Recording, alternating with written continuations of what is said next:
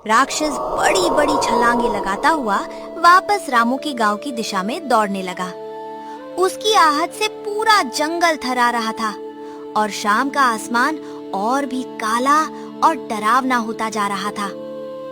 विनाश अब रामू के गांव की तरफ बढ़ रहा था। रात घनी हो चुकी थी।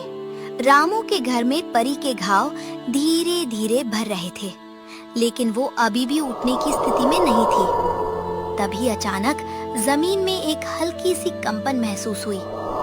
बर्तनों के खटकने की आवाज आने लगी और गांव के कुत्ते डरकर रोने लगे। रामू तुरंत समझ गया कि राक्षस लौट आया है। माँ, राक्षस आ गया। उसे पता चल गया है कि मैंने उसे धोखा दिया था। वो पूरे गांव को तबाह कर देगा। मुझे तुरंत सबको इकट्ठा करना होगा। रामू, वो बहुत क्रूर है। मेरी वजह से तुम सब मुसीबत में पड़ गए। उस पत्थर को लेकर कहीं छुप जाओ। वो पत्थरों की गंध पहचान लेता है। नहीं परी जी, अब भागने का वक्त नहीं है।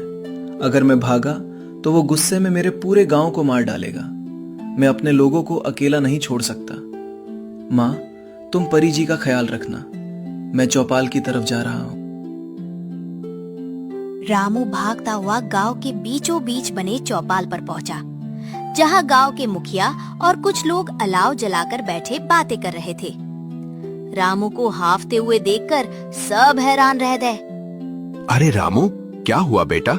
ऐसे भूत की तरह क्यों भाग रहा है? और तेरी सांसें इतनी क्यों फूल रही हैं? मुखिया जी, अनर्थ होने वाला है। एक बहुत बड़ा और भयानक राक्षस हमारे गांव की तरफ बढ़ रहा है। वो कोई मामूली राक्षस नहीं है। वो ब्रह्मांड का सबसे शक्तिशाली जीव बनना चाहता है और वो हमारे गांव को उजाड़ देगा। देखो तो जरा, रामू लकड़ियां बीनते बीनते पागल हो गया है। भला आज के जमाने में राक्षस कहाँ होते हैं? कोई डरावना सपना देखा होगा तूने। जा जाकर सो जा। ये कोई मजाक नहीं है सोमू, वो सच में आ रहा है। सुनो सुनो उस भयानक आवाज को। हे भगवान, ये कैसी भयानक आवाज है रामू? तू सच कह रहा था। अब हम क्या करेंगे?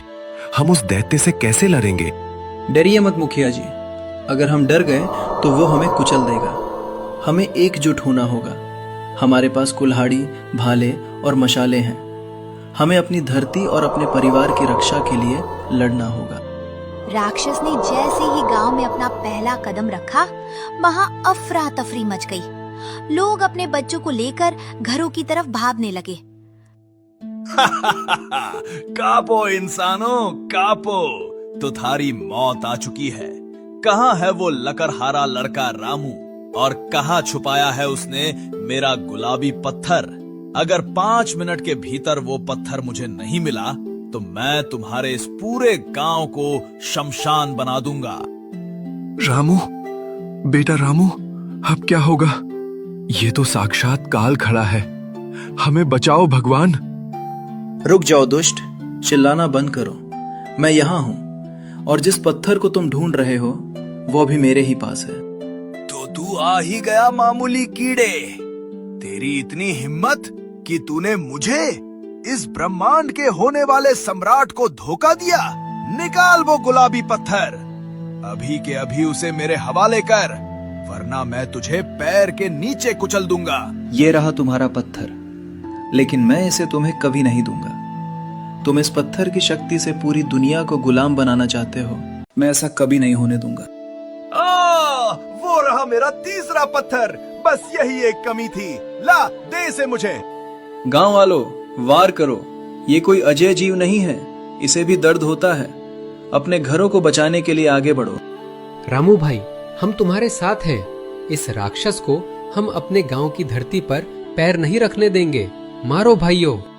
गांव के साहसी युवक हाथों में लाठियां, कुल्हाड़ियां और जलती हुई मशाले लेकर राक्षस पर टूट पड़े। चारों तरफ चीख पुकार मच गई। सोमू और रामू ने आगे बढ़कर राक्षस के पैरों पर वार करना शुरू किया। ले दुष्ट, हमारे गांव में तबाही मचाने की कीमत चुका। भाइयों, इसके पैरों पर वार करो। इसे नीचे गिराओ। तुम नीच इंसानों की इतनी हिम्मत! तुम चींटियां मिलकर एक हाथी को गिराने की सोच रही हो? मैं तुम्हें भस्म कर दूंगा। राक्षस ने गुस्से में आकर अपने विशाल पैर से जमीन पर जोरदार लात मारी। जमीन में ऐसा झटका लगा कि सोमू और 3-4 अन्य युवक दूर जाकर गिरे। तभी राक्षस ने हवा में हाथ घुमाया और उसके हाथ से एक जहरीला धुआं निकला। अरे, ये कैसा जादुई धुआं है? मुझे कुछ दिखाई नहीं दे रहा।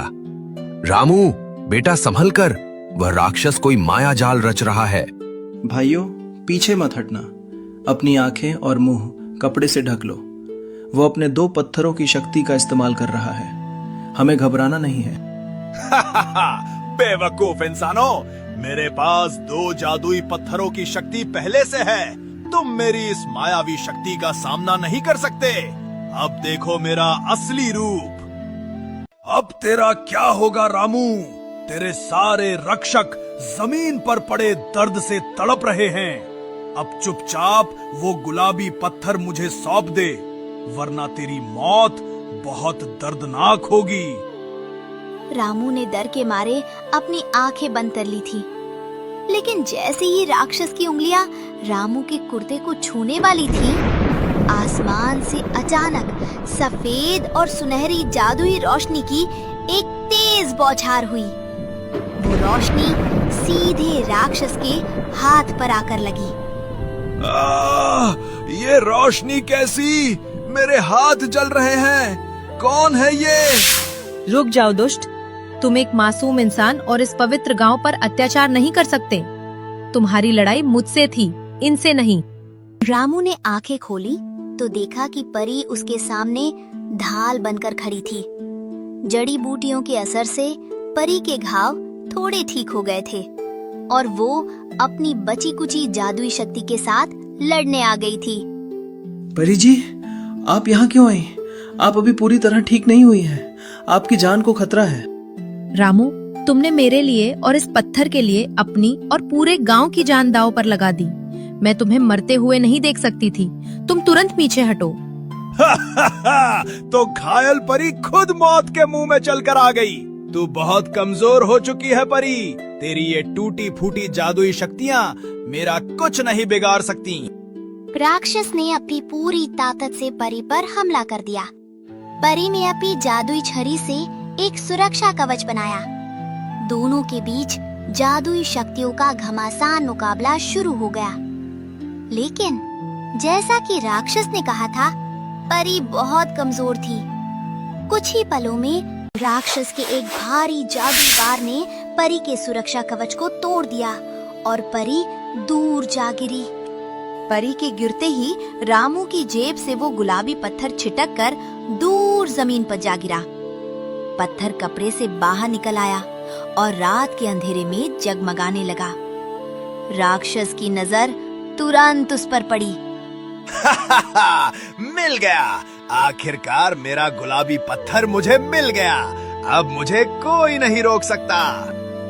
राक्षस ने बिना देर किए नीले और पीले पत्थर निकाले और तीनों पत्थरों को एक साथ जोड़ दिया। जैसे ही तीनों जादुई पत्थर आपस में मिले, पूरे ब्रह्मांड में एक भयंकर गड़गड़ाहट हुई और राक्षस एक प्राचीन गुप्त मंत्र बुदबुदाने लगा। ओम ह्रीं क्लीं त्रिकाल शक्ति ब्रह्मांड अधिपतये नमः।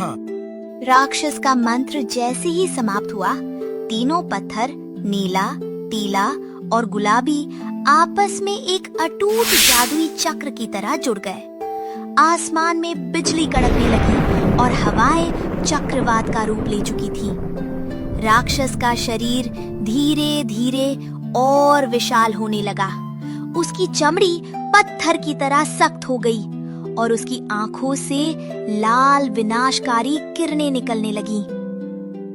पत्थर से इतनी ज्यादा शक्ति निकली कि रक्षा तुरंत मर गया और पत्थर गायब हो गया।